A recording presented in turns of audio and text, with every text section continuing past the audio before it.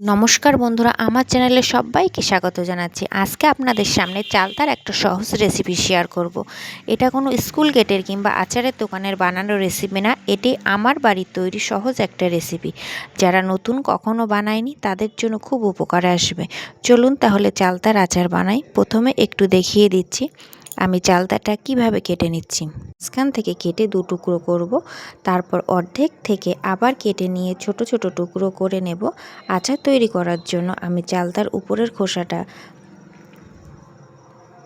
ফেলে দেব। আপনারা খোসাসহ এটা বানাতে পারবেন, কোনো সমস্যা নেই, কিন্তু চালতাটা খুব সাবধানে কাটতে হবে, কারণ এর ভেতরে যে পিচ্ছিল অংশ আছে তাতে করে আপনার হাতটা স্লিপ কাটতে পারে।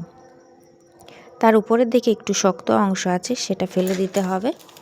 তারপর চালতাটা আমি ছোট ছোট করে কেটে নেওয়ার পর এটা ভালোভাবে ধুয়ে নেব। চালতা নিয়েছি, এবার আমি একটা কড়াই উনানে বসিয়ে দিয়ে তাতে কিছুটা জল দিয়ে দিলাম।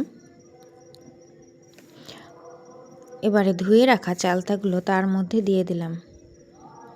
এখানে 15-20 মিনিট ধরে চালতাগুলো সিদ্ধ করে নিলাম।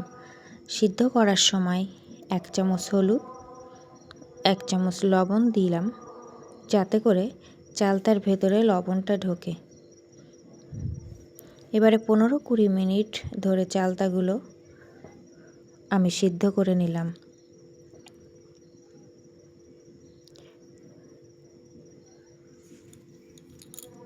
দেখো চালতাগুলো সেদ্ধ হয়ে গেছে। আমি একটা পাত্রে জল ছেঁকে চালতাগুলো নামিয়ে নিলাম। নামিয়ে নিয়ে আমি এক একটা করে চালতা শিলের উপরে রেখে নোড়া দিয়ে চালতাগুলো একটু ছেঁচে নিলাম, যাতে করে এর মধ্যে লবণ গুড় ভালোভাবে ঢুকে যায় এবং আচারটা খেতে সুস্বাদু হয়। দেখো সবগুলো চালতা আমার এখানে থেতো করে নেওয়া হয়ে গেছে। আর এদিকে আমি একটা কড়াই উনুনে বসিয়ে দিয়েছি, একটা ভাজা মশলা তৈরি করে নেব। তো প্রথমেই আমি কড়াইতে কয়েকটা শুকনো লঙ্কা দিয়ে দিচ্ছি। লঙ্কাটা আপনাদের পছন্দ মতো কম বেশি করে দিতে পারেন। আর এখানে আমি দিয়ে দিয়েছি 2 টেবিল চামচ গোটা ধনে, 1 চামচ জিরে এবং 1 চামচ মৌরি, কয়েকটা গোটা এলাচ দিয়ে আমি কড়াইতে ভালোভাবে টেলে নিলাম।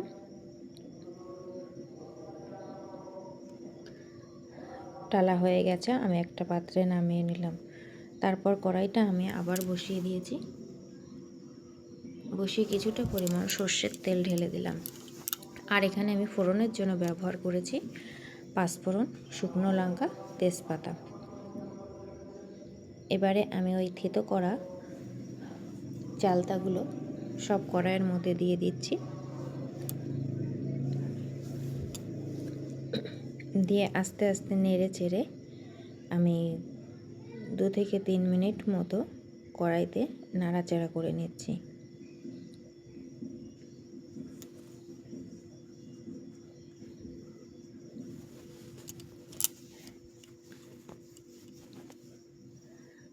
আর এখানে আমি যেহেতু 4টে চালতা নিয়েছি, তার জন্য আমি 500 গ্রাম আখের গুড় নিয়েছি। এখানে আমি কোনো ফুড কালার ব্যবহার করব না। সম্পূর্ণ ঘরোয়া পদ্ধতিতে ঘরোয়াভাবেই আচারটা আমি তৈরি করে নিচ্ছি। উনানের জালটা এখন একটু কমিয়ে দিতে হবে। উনানের জালটা কমিয়ে দিয়ে আমি আস্তে আস্তে চালতা আর গুড় একসাথে নিয়ে ভালোভাবে মাখিয়ে নিচ্ছি। এইভাবে কিছুটা সময় নাড়তে নাড়তে গুড়টা গলে গেছে, দেখো। এবারে আমি যে ভাজা মশলাটা করে রেখেছিলাম সেটা আমি এখানে শিল নোড়াতে বেটে নিচ্ছি। আমি এখানে মিক্সি ইউজ করিনি। আর মশলাগুলো খুব বেশি মিহি করব না, একটু গোটা গোটা থাকবে। এভাবেই আমি শিল নোড়াতে মশলাগুলো তৈরি করে নিচ্ছি।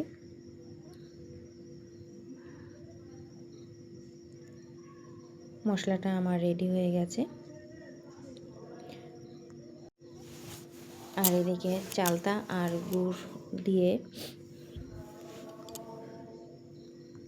নাড়াচাড়া করতে করতে গুড়ের জলটাও শুকিয়ে গেছে।